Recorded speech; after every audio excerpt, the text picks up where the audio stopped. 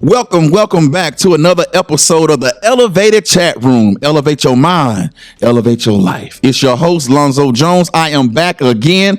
I'm excited because we got somebody here tonight that's going to bring a lot of energy. We got Dr. Princess Jones. She's an education administrator, and she's the co-founder of Project Energy. But before I let her take over, let me tell you what the topic is. The topic for tonight is breaking barriers, building futures. Dr. Princess Jones, tell them a little bit more about yourself. All right. So, hello, beautiful people. I am super excited to be here, Mr. Jones. No relation to Dr. Jones, right? I am an education administrator. I'm the assistant principal of Sheffield High School. I am the co-founder of Project Energy, which is a grant-funded initiative through the Huntsville Education Association. I am just a hope dealer. I absolutely love instilling hope in everyone who's around me. I am an advocate for students, for education, for justice, all those good things. I'm just out here being great most of the time. That's what's up. From a small community, Sawyerville, Alabama, is located in the Black Belt, Hale County. Went to the University of Alabama, finished my undergrad there, did my master's and EDS and administration certification from the University of North Alabama, and finished my doctorate from Liberty University. So that's a little bit about me. That's awesome. So you are definitely deep in the educational world. Absolutely. What made you go that route? Why the educational world? You know, I like to tell my people I interact with, teachers, students, whoever I'm speaking with, that everyone that sits in the seat has a story. And I think because I was so familiar with my story and how it impacted my life initially, so I felt like I knew I needed to share the power of education. I was one who, we were very poor growing up, of course, in this Black Belt area. There was very, very little to look forward to. And I recognized in about the 7th grade that my ticket out was going to be getting a degree in something that I love. I knew I needed to be smart enough that I could make it out of the poverty. And so that was my plan. I knew it from early on. That was the plan.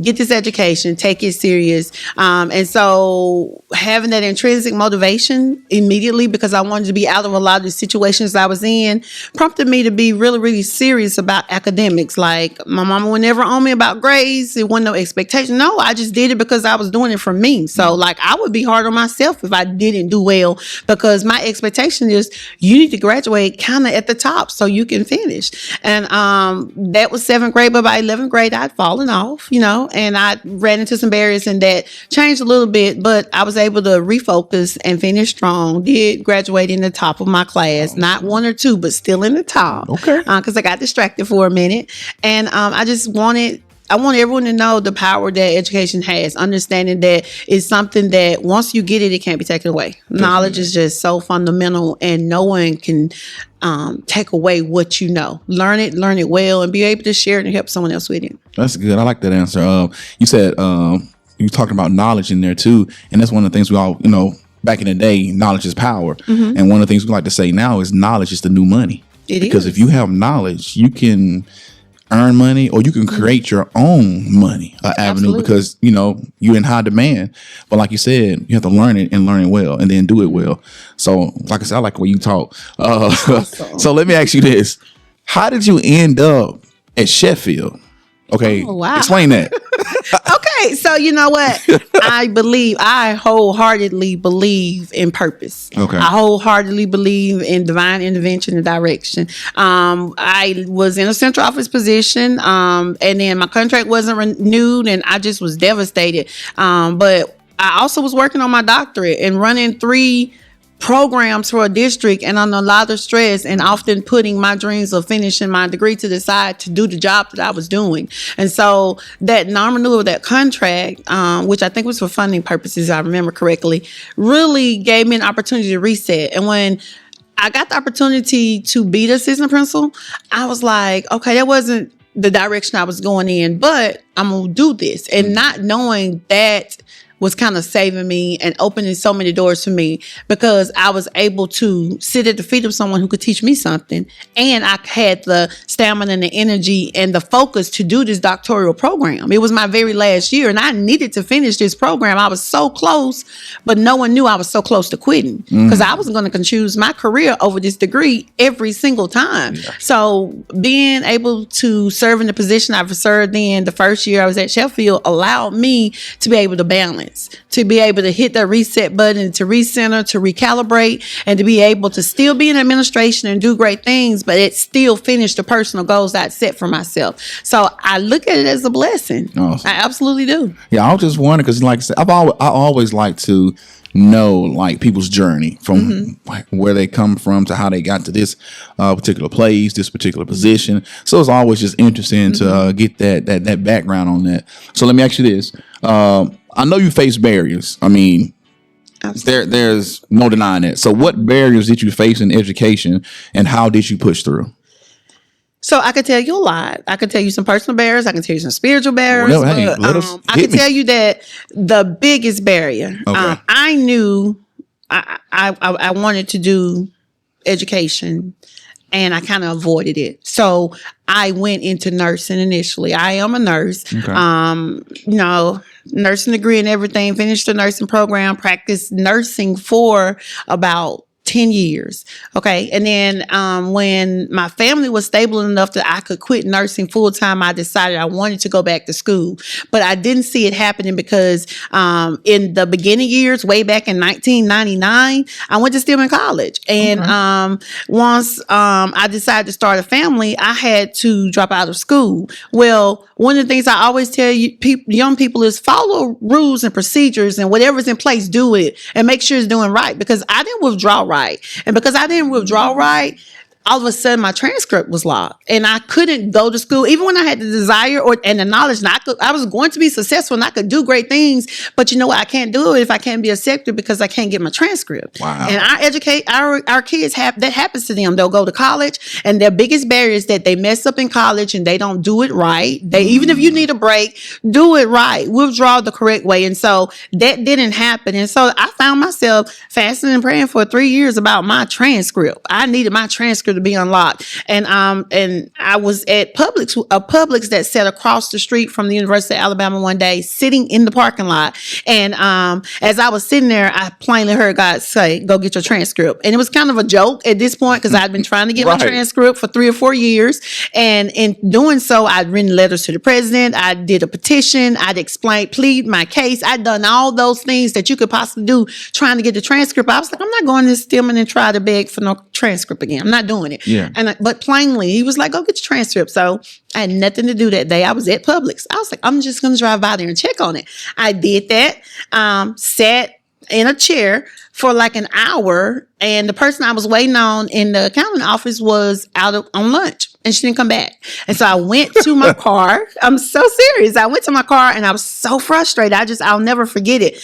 And again, just like you and I are talking, I just heard, "Get your transcript." And I was like, okay, God, you're real funny right now. Like, why are you playing with me? But I was like, what I'm going to do, me being in my mind and what I want to do, I'm going to just make this call. Well, when I called her, miraculously, she was back in her office and she answered the phone for me. And I explained for about 10 minutes.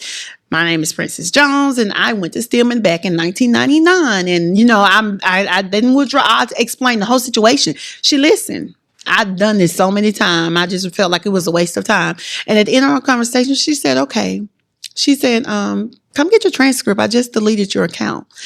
And I just sat there and I just began to cry because it was just like, wait, what? I didn't have to write a letter. I did not just come get, she's like right now, come get this receipt and take it to the business office and go get your transcript and go to school because you really want to do this. And I was like, absolutely.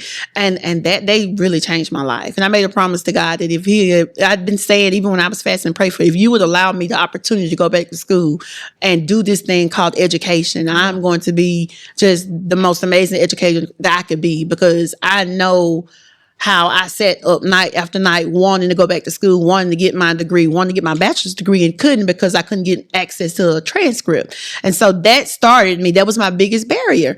And so then I just jumped into education and I did everything, every sacrificial thing. I worked 2 jobs. I worked at night. I would pick up a midnight nursing shift and work to 7 in the morning and get off at 7 and go to class and be in class by 8 and, and then get off at 3 and go do a 3 to 11, whatever it took, because I recognized I need this to be successful. This is the first step. Obtain this degree. Hardest degree I obtained was my undergrad degree because I had to learn how to be a student. I had to learn how to balance being in a very busy campus like the University of Alabama is huge. And, I was older at this time. I wasn't like in my 20s anymore. I had a family. I had obligations. I had a full-time job. That was hard. So like the barriers were stacked, and there were plenty of times where I could have stopped and said, I give up. It's over with.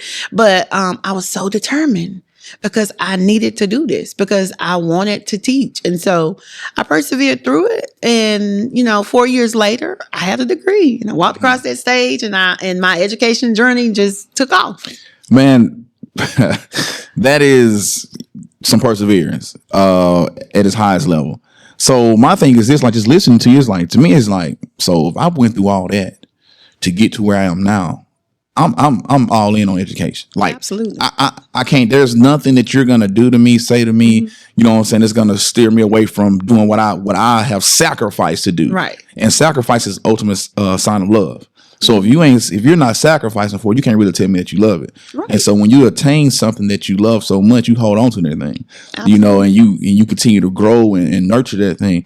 So man, that's just a testament. Like your story is very motivational, So that's something that's need to be shared. Like, I don't know how many of your students know your real story, because think about this now. Like you said, you're a full-time student, working full-time, getting off work, going to class, taking care of family every day, and still just dealing with, like you said, the age barrier that you had. So all these things played a role in it, but guess what? It shaped you into the woman that you are. Absolutely. And so when we are around you and we like, why is she so different? It makes sense. That's why. Like, it's night and day from you, from other educators. And I'm not being funny. That's just the truth. And you can tell when some just went to school just to do it. And then you could tell some who went to school because they had that why. And your why is probably one of the strongest whys I've heard. So that's good. I like this.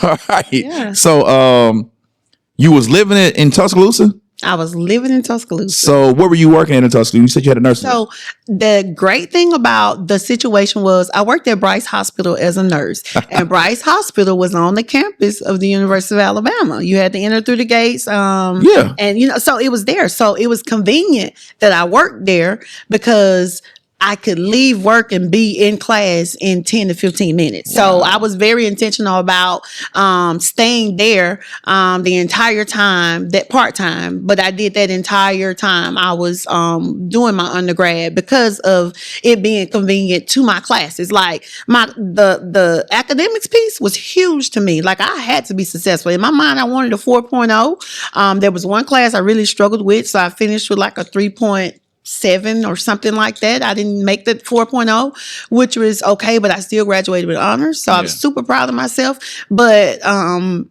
everything about my life had to center around me trying to do it.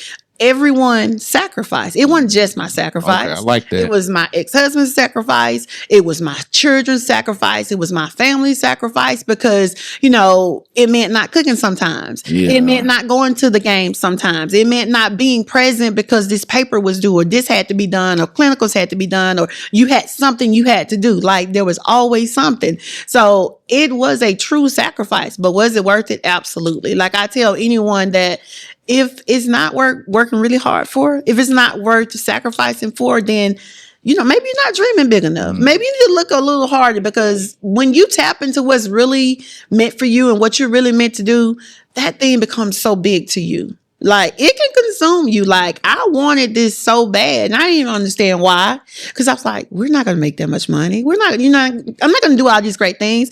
But I was like, I'm going to get to sit down with kids, and I'm going to be able to do all these creative, like, imaginative things that I love to do. Because I'm just like this person that loves, like, I'm just over there doing just like, my mind just goes like, oh, we can do this, and we can create this, and I know this will look good with this. And so I'm going to make sure, I have this ready for my kids. I want to expose them to all these different things. Like, I'm constantly thinking about that stuff. So I was like, the impact, that's what it was about. Knowing that this impact I was going to have on students, if I could just get them in front of me. Yeah. The rest just was innate. It really was. It was going to happen because it was naturally who I was. I was a teacher just because that was the gift that God had given me. I was able to do it effortlessly. And people always wonder, how were you such a good teacher? And it was because there wasn't anything that school taught me that I did that I couldn't have done without it. Like, I knew that God created me to be a teacher. Yeah. I knew it. I did it. I do it. I can still do it. And it doesn't require me to think hard. It doesn't require me to do a whole lot of plan. Like, of course, I'm going to plan and do all the things I'm supposed to do, but you could put me on the spot right now. We can go straight into a lesson and I'd be ready because that's just part of the gift that he's given me. And, when you operate in your gift, you really, really doing your thing when you operate in your gift. So I feel like that's been part of the plan he's had for me, and he's allowed me to operate in it. And that's why, even though it came at a sacrifice, it was still worth it. I don't have the regrets that I could have for it. Yeah. You definitely don't want things handed to you because when it's handed to you, you don't value it as much. You don't. I always say you got to put a little sweat in the game, and you got to have some little equity in this thing, and so that's big. Like I say, your story, the small piece that we just now heard is pretty inspiring. So let's keep it moving. Let me ask you this though: when were you working at Bryce? Like, what years was From 2008 to 2012, part time. Okay. So I was checking. My mom, my dad, and a whole bunch of my family worked at Bryce. Oh, really? Even my in-laws was there at some point. So I was just wondering when, but I think most of them had retired. But some of them may have been there in 2008 because I was at UNA at that time. So possibly that you was there. But anyways, we'll probably figure out what the connection is. I'm sure there's one. Now, so how do you mix high expectations with compassion for the underserved students? Okay, so I have so many thoughts and feelings around this specific question because here's what I see all the time. People want to lower the standard and lower the bar and make it easy for you and put you here when you're supposed to be soaring. And I just do not believe in that. I am going to maintain high expectations. I don't care what kind of neighborhood you come from, what kind of environment you come from. I don't care what kind of experience you've had that was traumatizing. We can be triumphant. We can be victorious. It is a choice. And how we respond to the things, to the environment, to the trauma, to the situations, whatever it may be, how we respond to it, that's up to us. But I'm not going to say, go settle. I'm not going to say, I don't think you can do it, or it's going to be too hard, or you're going to have to work too hard for this. So you know what? Don't even worry about looking at that. Let's look over here. Let's drop this bar way down here so you can reach it. No, I don't need you to reach it. I need you to stretch. I believe in stretching people. I believe in stretching people. Stretch a little out of your comfort zone. It's called growing. You're going to grow. So when people talk about their barriers, when we talk about our marginalized communities, when we talk about the different things that they experience, and we talk about, what's expected of them, or, a lot of times we got these preconceived notions about them. A lot of times we already have biases that we have to deal with. Yep. A lot of times we have these prejudices that are already present. Yes. So remove each of those barriers. They have to go.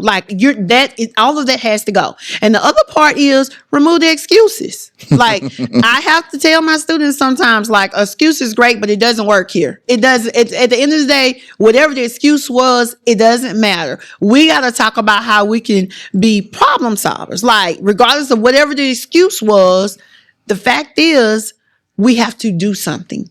The fact is you still have the goal. Right. How you get to the goal, how you get to the finish line, everybody's going to have their own different path. Your path may include you having to have some low moments, some valley moments. That may happen. But the point is, you keep on in your race because you have a finish line that you have to get to. The expectation of finishing won't change. Right. Yeah, you own it. It can't. It can't. She ain't playing no games with them. Man, like, we don't, like, we talked about mentorship. We don't see too many educators, even when I was growing up, that has the mindset that you have, has the experience and the background and that passion and that why like you have. So when you come across somebody like this, sometimes it's intimidating and then other times it's motivating. It just depends on how long it takes that student to get to know that teacher or that administrator. But once you guys break through those barriers and you see like, oh no, like, I'm trying, like, I'm here for you. Yeah. Like, but they don't recognize that at the time. Like I was talking before, when I was in high school, I didn't recognize that my assistant principal and my basketball coach was a mentor. Not at the time, but when you sit back, it's like, man, this dude right here, he was really there for us. He was really trying to push us to greatness. And so that's what I see in you. It's like, whether you want it or not, when you get in my presence, you getting it. This is what you getting. Yeah. I ain't holding back. I'm sorry, but I'm not sorry. You know what I'm saying? When I was in the classroom, anything I do, everything I do, especially with Project Energy and talking to new teachers, I talk about relationships. The number one thing you can do with a student is develop a positive relationship with them. Yep. That doesn't happen easily. I was interviewed previously and I was asked, like, how do you start with the relationship building? I was like, well, I believe in love, like for real. And so I understand that everybody doesn't experience it. Everybody doesn't hear it. And so as a classroom teacher, I would start my day with saying good morning and say their name. I love you. And I meant it sincerely. Good morning, Jose. Good morning, Alicia. Good morning, Karen. I love you. Like, if nobody's told you guys today, I love you. Now, when I did that on the very first day of school, it was real awkward. Yep. And they looked at me like, what you talking about? What's wrong with her? And then, you know what? At the end of about 2 weeks, if it's not coming out of my mouth, if I hadn't said it yet for that morning, it would be like, Ms. Jones, you ain't say you love us yet. Like, what's wrong? What's going on? And I'm like, I love you. And then they begin to know I love them. And once they realized, I didn't have to say it. Like, starting off telling them, because I was like, once you know I love you, you'll understand how I have to deal with you sometimes. Yes. You'll understand that when I have to cut you sharp and come at you real crazy like, because this is real serious and we're not learning, you understand this is rooted in love, because I wouldn't do this if I didn't love you. Come on. I wouldn't be on you the way I'm on you if I didn't love you, because I could just be like, hey, I'm just showing up. You don't do it. That's okay. We cool. No, we're not cool. We're not cool because I love you too much to not help you get to wherever you want to be in the time that I have you. Because I have to think about it like this. You might not get another Miss Jones for the next, I don't know how many years. So since you might not, I better do everything I can while I got you. That's good. And I always operated like that. That's good. And that's why when they leave me, my kids would say I was one of the meanest teachers that they had.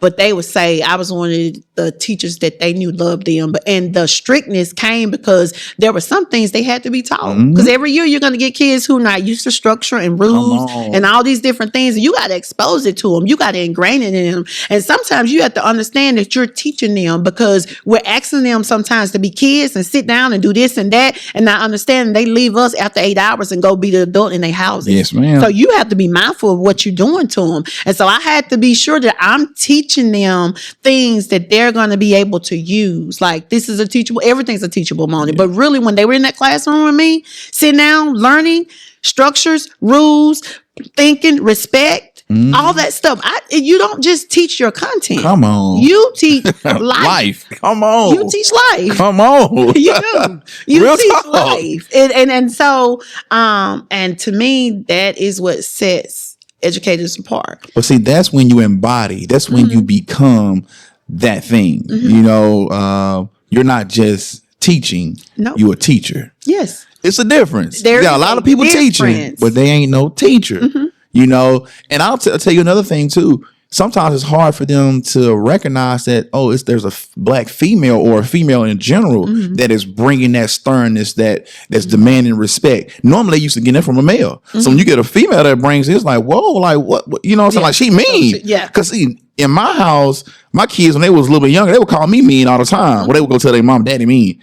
Because I'm the one that's setting the rules, the structure, and I'm holding them accountable. And I'm holding them to the fire. Like, so, but mom is like, mom nice and sweet. She don't have to do that because dad's in the house. Yeah. But so they go to school and they come across a teacher and that's like that. It's like, whoa, like I'm supposed to be able to milk you and get over on you and do whatever I want to do. Not working. But then it's a shocking experience. Yes, it is. But, so you said some other things too. Let me ask you this: within what you just said, I wrote it down.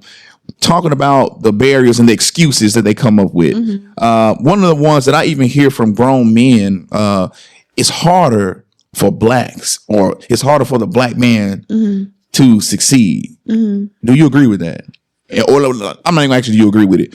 Do you, if a student says that to you, do you go along with that, or do you try to correct that? I'm going to correct it, but it probably won't be in your typical way. Here's what I think about it. Is it harder? Am I aware that it's harder? Okay. Yes. Consciously, I know it's harder. But am I going to operate like it's harder? Am I going to wear that burden on me with my sign above my head all the time saying, woe is me because it's harder? No, I'm not. Okay. What I'm going to do is, and I can share a very personal experience with you. It was really hard being a student at the University of Alabama and being black. I've graduated with 6 black students out of a class of over 200, 6 in the education program. And I didn't have any friends. They had 3 cohorts and they put 2 of us in each cohort. They split us up, right? So then there was just one other black person in my cohort. I had a sink or float mentality. I knew it was up to me to float. That was my responsibility. I could have came up with a million excuses about, I don't fit in. They don't support me. They won't work with me in a group. I can't do this. I can't do that. I could have done it.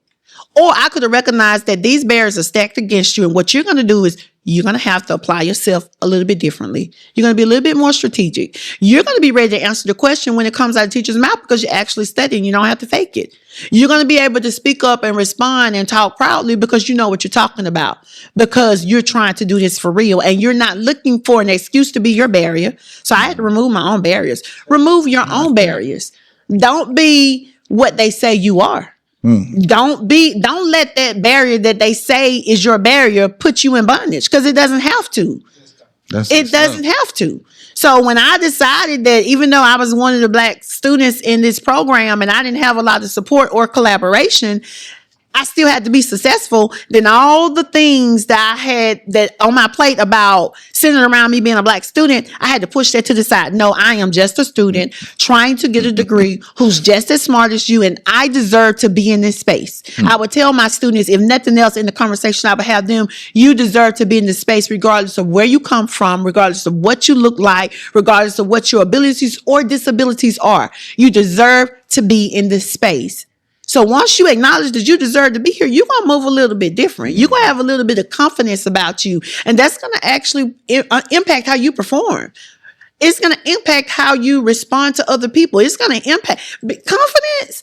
You can't buy it. No, you can't. Coming from somebody who used to be really shy, and people be like, I can't believe you used to be really shy. Like, you couldn't have in a million years when I was attending Stillman College got me to say 2 words out of my mouth. I wanted to hide under a rock. Like, I was just very shy. And overcoming that, realizing that I'm worthy, realizing that I'm deserving, and nobody owes me anything, but I don't know anything either. Like, I'm going to sit here just as proud as you are. So what's up? So the opportunity for everybody is there. As long as you're willing to. Now, the barriers may be different. They are. Or it may be a little bit more based off your situation, but the opportunity is there. And like you said, if you see the finish line you want to finish, then you will finish no matter what it takes. And you are a prime example of that. You know, everybody's background is going to be different. But like you said, if you see something that you truly want, it's an opportunity. Now you have to take advantage of that opportunity. Right. And so That's good stuff. You've been spot on. And if you don't have an opportunity, I think one of your presenters, when you present with us, share it with us. If it's not a door, look for a window. If it's not a window, you got to look for a crack. If it's not a crack, make you a way. Sometimes opportunities aren't there. And then that's where people give up. That's where that stamina and that faith, it'll just leave. And they're like, oh, I just can't. No, cut your door open. Make you a door. Mm-hmm. Be creative. Whatever you need to do. If opportunity isn't there, then create opportunity. It can be done. Yeah. It can be done. There's a quote that says that thing you're searching for is also searching for you. Mm-hmm. So if you keep searching long enough, that thing will find you. It will find you. It will find you. It will. But you got to keep going. You do. You cannot give up. It's not an option. Now, have you had much experience with families and things like that? So in my previous job, I was the student outreach parent liaison for the district. So my job was to work with families. And I did that for like a year and a half. Okay, so let's talk about families. So how can families and communities help minority students succeed? That is such a good question. Here's why. A lot of minority parents and minority communities don't even realize the impact that they have on the students at all. In any capacity. They don't realize what it means to show up, how that impacts the student's performance. They don't realize how being present and knowing what's going on in the school and knowing what the rules are and knowing what the dress code is, all the things that they could be exposed to. They don't realize that there's an impact, a heavy impact on the student, on student performance, on student engagement, on student success. It all is impacted by the engagement of the parent and the family and the community. We need you. Like, don't get it wrong. Parents and families and communities are needed to be successful, and they bring something different to the table. They bring the story to the table. They bring the background to the table. Sometimes things can be going on with a student or with a person, and we don't know why it's happening. And because the parent or the family is not there to share, this is the background. This is why they respond like this. This is why you're seeing this. Then we run around in circles trying to figure out a problem when all we need to have is a conversation. And so that's another reason why we need you there. I just feel like strengthening parent and family engagement can just remove so many barriers in education generally, because what we need is a collaborative partnership. Yeah. I am your partner in this. I will take your hand. If I got your baby for a year, I'm going to take your hand, and for a year, you and I are going to work together. We're going to talk. We're going to have communication. We're going to fellowship. You're going to be able to come in and sit down and learn different things about what's going on with my classroom, what's going on with me, the great things I'm offering and exposing your child to, because that makes a difference. It does. So I would ask any parent, any family, community members and stakeholders, become engaged in this process called education and recognize the impact that you carry when you become engaged, because it's significant. Gotcha. Now, I would agree with you on that. And I know how rare it is for parents, especially the father, but for both parents and the father to be involved, because like, I sign all his papers. Both of my kids, I sign all their papers. Yep, daddy here. Yep, daddy here. I drop them off every morning. We go to school. I take them to school every morning, drop off. We do our little handshake, blah, blah, blah. Okay, go on in, But one thing that our kids, whether they tell you or not, as students, they want you to show up. Oh my gosh, yeah. Because see, I'm all in. I'm showing up at 95% of the stuff, but it's not too often that I go to the school during the day, for like a party at the school. I'm not coming for a party. My wife, she do the party. I'm not coming for a party. I can stay at work for that. And so I dropped him off one day. My oldest boy, he was like, Dad, you coming to our school party, end of your party, end of your party. And I was like, no, but I'm going on to work today. And then he hit me with this: you don't never show up. I'm like, in my back of my mind, I'm like, what? Like, boy, I coach you in dang near every sport. I'm here for every after school event. I'm even here doing some school events, but he hit me with that: you don't never show up. So I go to work. Guess what I had to do? I had to show up. You had to show up. I was like, that reminds me of my son just finished college. He graduated his bachelor's in December. Yeah. And I know it's maybe been 2 years. We had for me, we'd had this conversation before. He's been playing football since he was 5th, 6th grade, right? And football is what paid for him to go to school. He got scholarship, you know, he bounced around a little bit, but either way, everywhere he was bouncing with a scholarship. So I was okay with it. But he was attending Bethel University, which was in McKenzie, Tennessee, which is about 2.5, 3 hour drive from me from Huntsville. And so I wasn't making it to the game. So one day he sat down and he talked with me and he said, Mom, you know, when I was little, you were in school and, you know, you worked and you never came to these games and you never knew how much it meant. He said, I just wanted to be able to look up and see my mama on the sideline and you were never there. And I thought I was a great mom. Like I did the things as mom. And to hear him say that, it just made me so aware of the fact that you really weren't there. You missed something, the most important thing to him. You missed that. You missed his why. You missed his perseverance. You missed his sweat, his tears, all of that. You missed it. And so I kind of made a conscious effort his last couple of years to make it to those games. I was like, I can't go back and fix, you know, middle school or high school, but I can fix right now. Yeah. But it was hearing him say that. It was definitely something that I will share if I get an opportunity with anybody who's there right now and your baby wants you to be there. Show up. Come on. Go to whatever it is they got going on because they want to see their parent out there rooting them on, regardless of what it is. Yep. So, and you got to think, my son is 25. We were having this conversation he was an adult, a grown man who cried over this because it hurt him. Even in that present moment, he was an adult. So I was like, that's some childhood trauma. Yeah. That he finally healed from when he talked to you about it. But we had to talk about it. And then I had to move differently. I was like, you know what? I can't fix that. But what I can do is show up the rest of the time. And I did. And see, and sometimes you in those situations where it's like, hey, if I don't grind over here and do this, our life you're not even going to have this opportunity in the future. You know what I'm saying? And so me and my wife, we had conversations about job opportunities. And I was like, well, we're not taking jobs to where it's going to pull any more away from what we already are from our family. Absolutely. So if it's going to cause you to have to be homeless or I'm homeless, we're not doing it because right now our main focus is the family. Absolutely. Now, when they get to a certain age, then we can start moving a different way. But until then, we have that luxury right now to do that. Right. You know what I'm saying? So, and everybody's different, but I always say, like, I'm not doing anything right now that's going to put more on my wife. Right.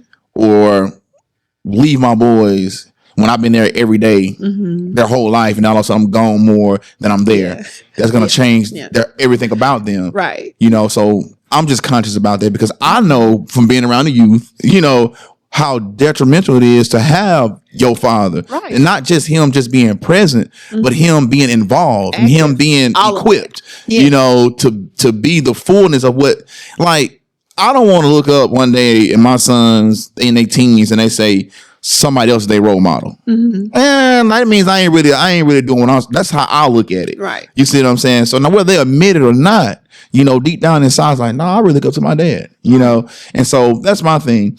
And so just dealing with that situation, now you guys that made you guys even closer, you know, once you guys got over that little hump. So now it's like, you know what? I'm about to show you, just like I showed myself going after that education, I'm about to show you how I'm about to go after this relationship and build this thing back up to where we want it to be. Right. And so it's opportunities in the future for that, you know? So I mean, it's going to be pros and cons. You know, you just have to be willing to deal with the back end, you know, and so that just came with it. But man, I remember getting a phone call from my dad when I was in my mid 30s and he just called me out the blue. He was like, hey, I'll talk to you in a couple weeks, but just want you to know I'm proud of you, son. Just out of the blue, ain't no birthday or nothing. Just hey, I'm proud of you. I see everything you do. I know we talk, but we don't talk as much. But he was like, I just want you to know I see what you're doing. I'm proud of you. I'm like, but I'm in my 30s. I'm like, before that phone call, I'm like, no, I don't need that. You know, I'm good. I'm strong. You don't I'm killing the game until you get man, it. I'm like, I needed over that.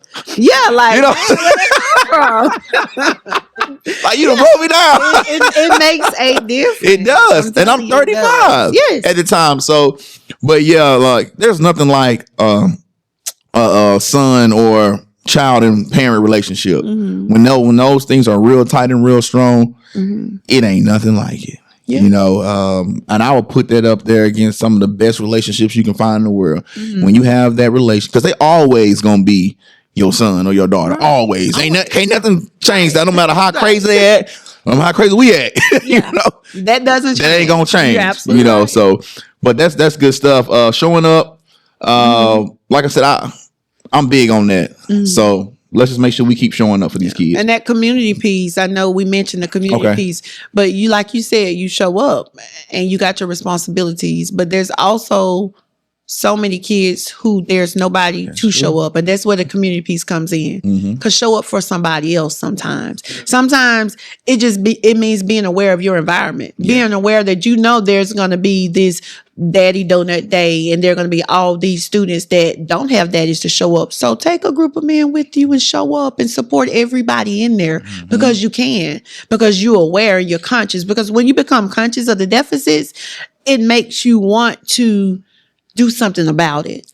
So that's where community comes in. Community is building them up. Community is seeing that there's a need and being able to address that need. Pour into them, whatever it may be. Maybe students that don't have a mom.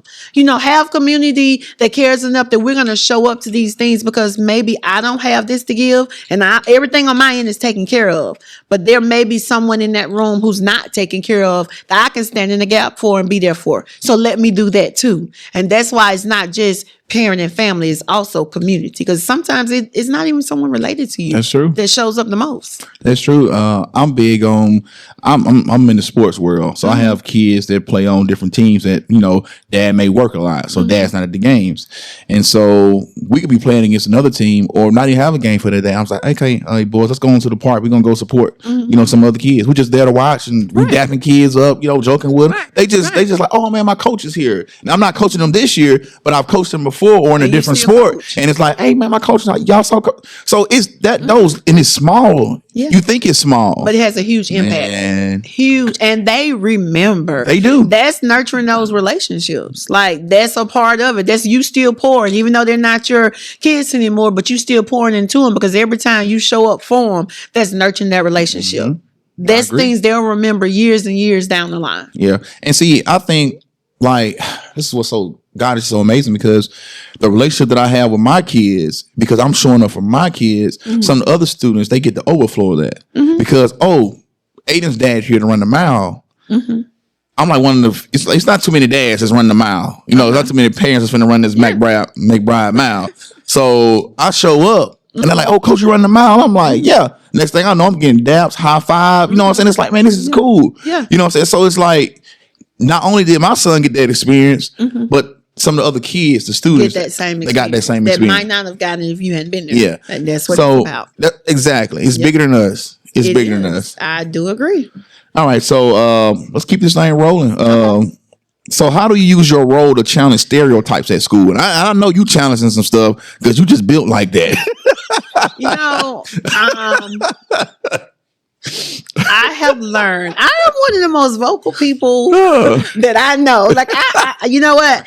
But there has been a season, I think, that I went through that there were a lot of things revealed about me that I had to accept and hear God say about me. Every battle, it wasn't my battle. Like, like people will use your vocalness to their advantage. But then when it's time for them to be vocal, or when you need someone to be vocal, it's silent. Come on. Yeah. Or you can be vocal a lot and then you're doing it for the good. Or my people used to say, take one for the team, Jones. Take one for the team. Go say this, go do this, go, we need this said, and okay, I'll go and do it. And then guess what? I look behind me and it just looked like I'm the one with the problem because nobody's there saying, yeah, me too. Like, yeah, that's no, it's a Jones problem all of a sudden. And I was like, no, I'm not going to stop doing that. But now, currently, challenging stereotypes means addressing them. Like, I have learned that ignoring things is one of the worst things you can do. Stop acting like I'm not here. That elephant in the room, like you see it, I see it. Let's talk about it, because acting like we don't see it and not talking about it doesn't resolve anything. I believe in coming into every situation with a solution, a possible solution. If there's an issue that's present, let's sit down and have a conversation about how can we resolve it. If we can't resolve it, then let's agree to have differences, but have some understanding of how we're going to function together. When it comes to stereotypes, I have to first make sure that I am sharing truth. Because sometimes people have biases and stereotypes, prejudice, whatever it may be, just because of lack of knowledge. Because they really don't know. Like, not because they being funny, but no, because you just really don't know. Being a very strong Black female who talks a lot, naturally I talk loud. You kind of see I'm elevated. I'm usually amped. I can come off very aggressive, especially if I'm being short. Like, some days I may not have like my bubbly, fabulous day, and I'm just very direct. Never rude, but very direct. But then my directness may come off as like, oh, what was that? Or, oh, angry Black woman. Or, oh, this is aggression, when really it's not. It's just really who I am. And so the stereotype is that, oh, she's acting Black, or oh, she's being an angry Black woman. But actually, I'm just being this person that I am, and you're uncomfortable with it because I'm not fitting into the norm. And I don't strive to fit into the norm anymore. I've had my days of fitting into the norm. So I just try to address stereotypes with truth. Like, the truth is, this is who I am. I'm going to be loud. So if I am excited, I'm louder. If I am angry, I'm probably even louder. So there are just levels to my loudness, but my bass is loud. My bass is loud. So that's who I am. But I just believe in truth. I just believe in truth and transparency. Like, the days of hiding it, over with. This is who I am. Transparency is where it's at. Yeah. Come to the table being transparent, being truthful, being honest, being yourself. And then you can remove some of the barriers that are in the room. You can remove some of the biases, some of the stereotypes that are in the room, because you're coming to the table ready to receive, because that transparency is going to allow you to be able to receive. But if you come in and you already got your guard up, and you already know there's an issue and it's based on something that's stereotypical, right? Then you're not going to hear a word I have to say. You're not going to be able to receive it. And see, that's my thing. Like, just like what you're talking about, getting to know knowledge, truth.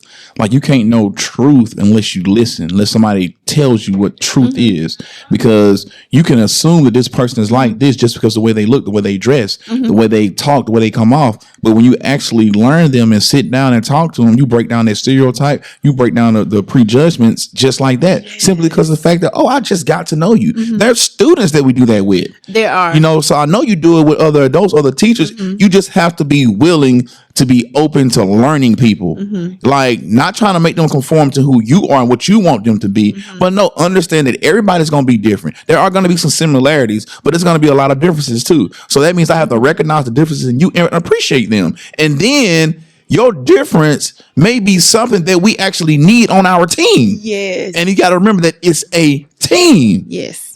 So we're not in competition with each other. We're trying to make this whole school better. This whole experience, or what you call high school, better for the kids. Right. So, and you know what?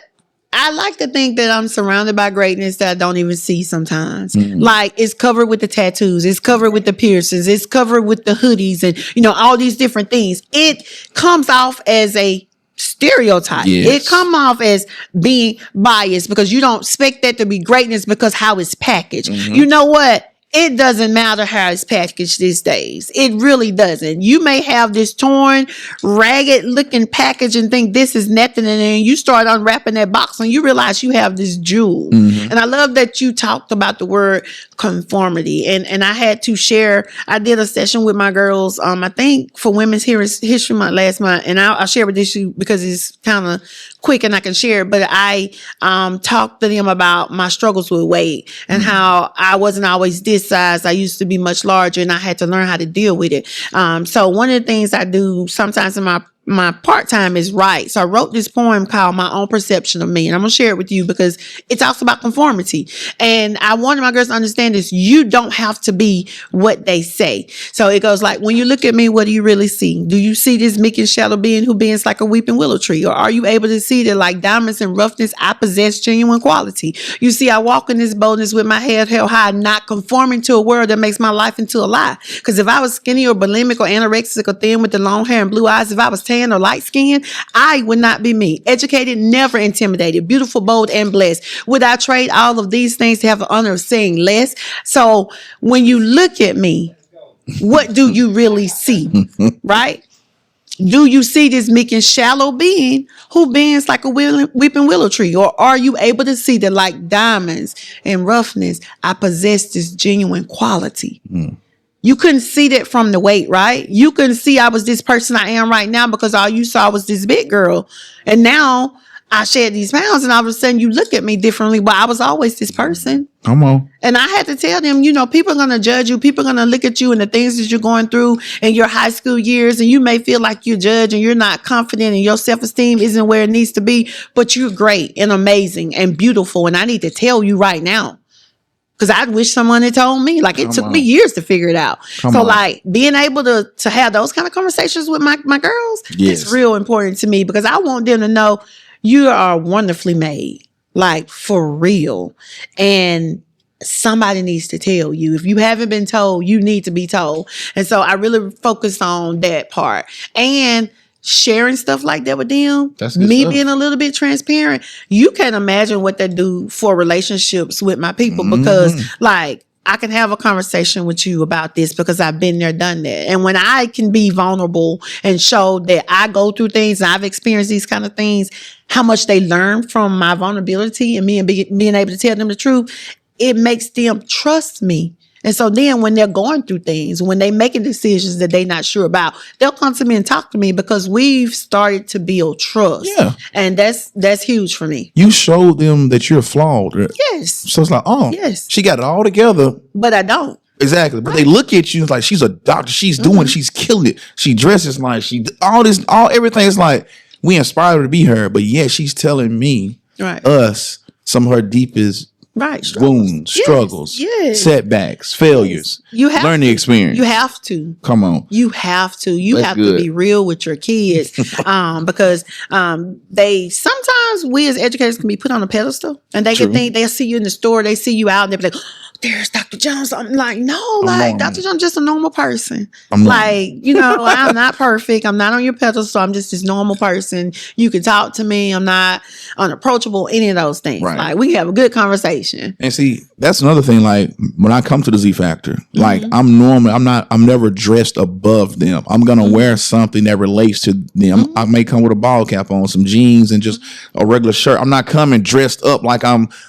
standing over you to talk down to you. No, I'm trying to relate to you. I'm trying to get on your level as far as everything that I'm bringing other than my knowledge. You know what I'm saying? So when we get to talking, now you're listening to me because I've built that trust, that rapport. We have that relationship now. Yeah. So now when I have to correct you, or now when I want to pour into you, you can receive it a whole lot better. Yeah. But most, I'm not going to say most, but there's a lot of teachers, mentors that just go in and try to go from the start and just go. You can't do that. You got to navigate that. You got to do some infiltration. You got to build some trust. You got to remove some layers. Like, some students can be like onions. It's just like you think you there, and then there's another layer. There's another barrier.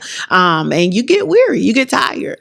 But when you love them, it doesn't matter how tired you get. You keep peeling because you got to reach them. Because you understand that if you don't reach them, you know, they may go out and make this decision and it won't be good. And they need to be able to trust what you're saying. So you got to reach them. And you just keep trying. And you keep trying.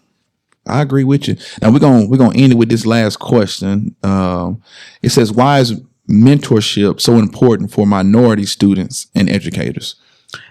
You know, everyone needs a person at some point. You're going to always need a person for something. I used to say people come and they go, and I have all these seasonal people, and I was cool with that. Like, yeah, seasonal people. No, it's deeper than seasonal people. People are, I feel now, like right now in this season, I am tied. It's my assignment.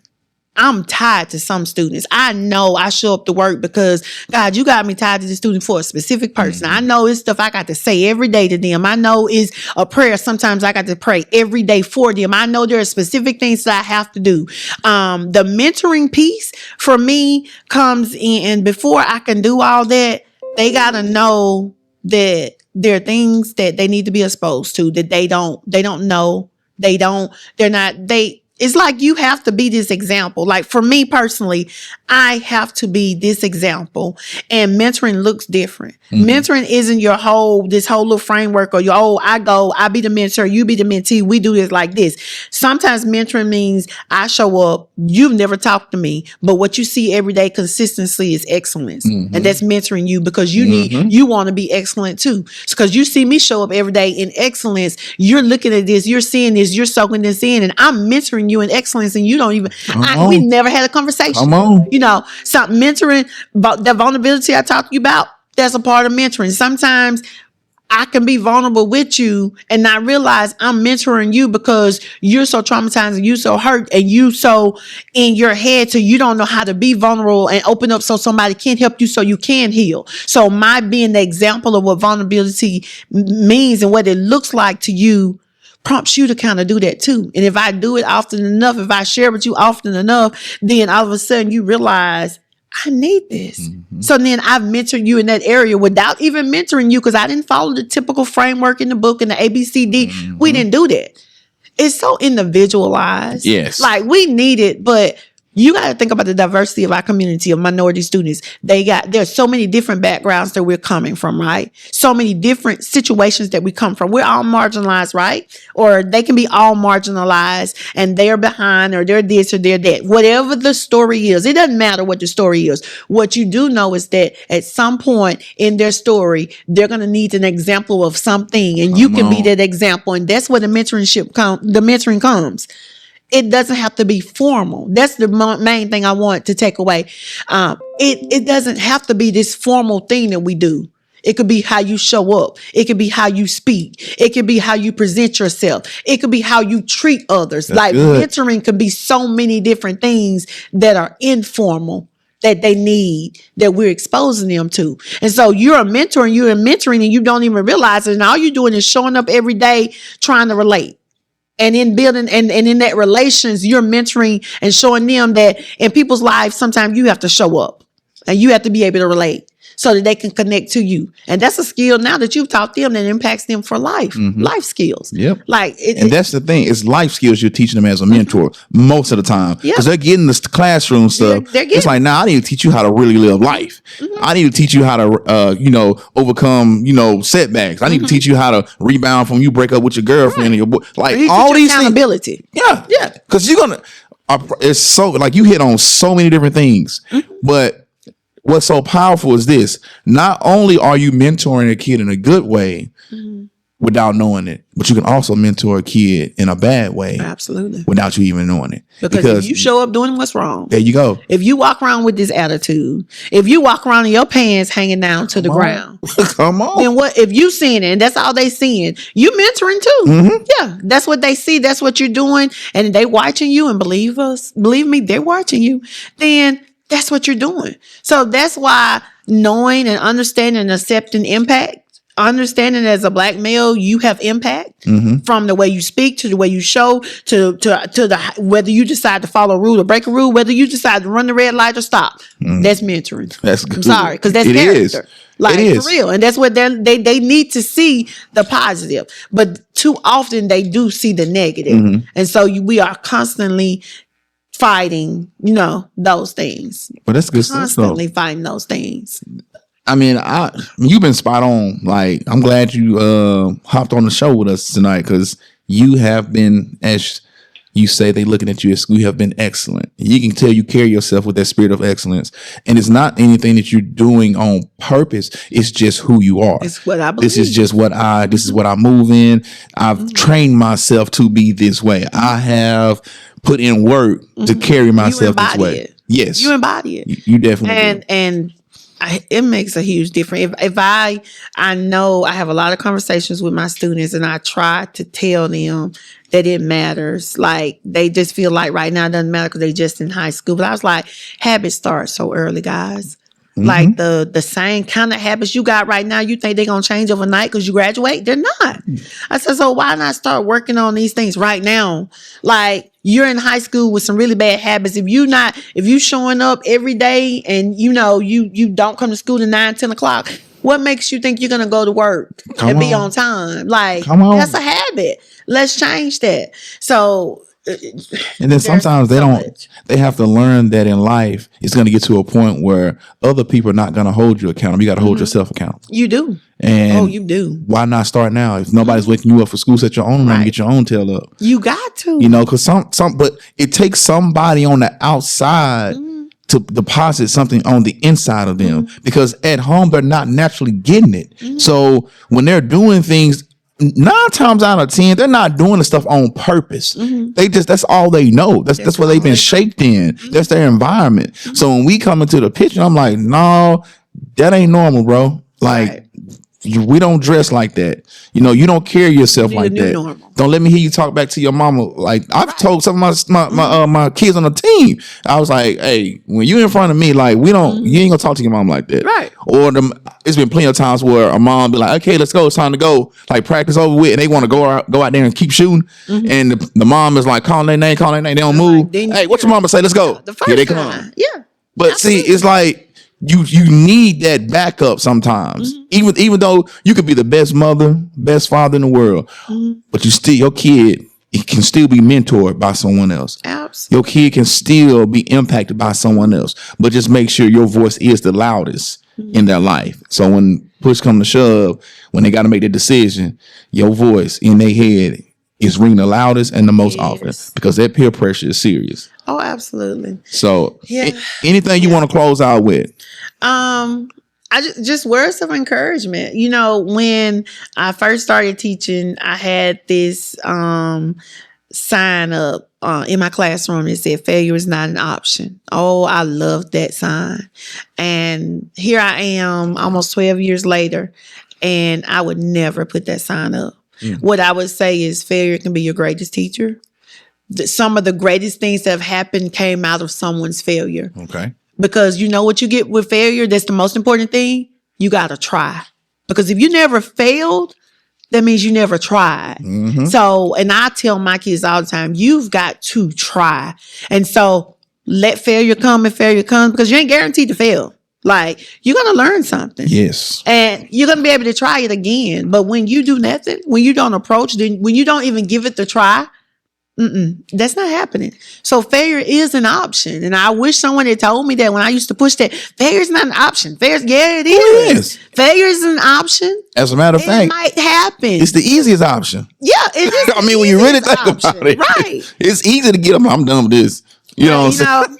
But that's when we fall down and get back up. Yeah. And that's when my kids have to know, especially in this critical age of 9th to 12th grade, you got to fall and get back up. You got to be able to bounce. Like, you got to be able to take the good with the bad, and you keep on rolling. Got to be able to handle adversity. Got to be able to handle adversity. Yep. And that's a life skill that they can learn from a mentor or from an educator, because it's going to happen. It's going to come. It's not going to happen just once. Yeah. It's going to happen it's often. It's going to be consistent. Yes. Yeah. So you got to be ready to take them punches. Be consistent. So, I'll just share that. Be positive. Look at I've definitely entered into this stage where I'm trying to look at my glass half full all the time now. And that's growth for me, because I could definitely be a pessimist sometimes previously. And now I've just really been working on it, I guess, because I've become more aware of it. And so now it's just like, I could look at this and focus on the negative aspects of it, but I'm going to choose, right? Because we teach them that we got a choice. I'm going to choose to look at the good that came out of whatever it is. And that's where it's at right now. Right. Well, Dr. Princess Jones, thank you. This has been a blessing for me, just sitting here listening to your story and listening to you talk your knowledge, sharing everything with us on tonight. I definitely appreciate it. And I know you guys out there are going to get a whole lot from this episode. Like, share, comment. Even if you want to hop on the podcast, holler at us. But that's our end of our episode. Elevator chat room. Elevate your mind. Elevate your life. You guys be blessed.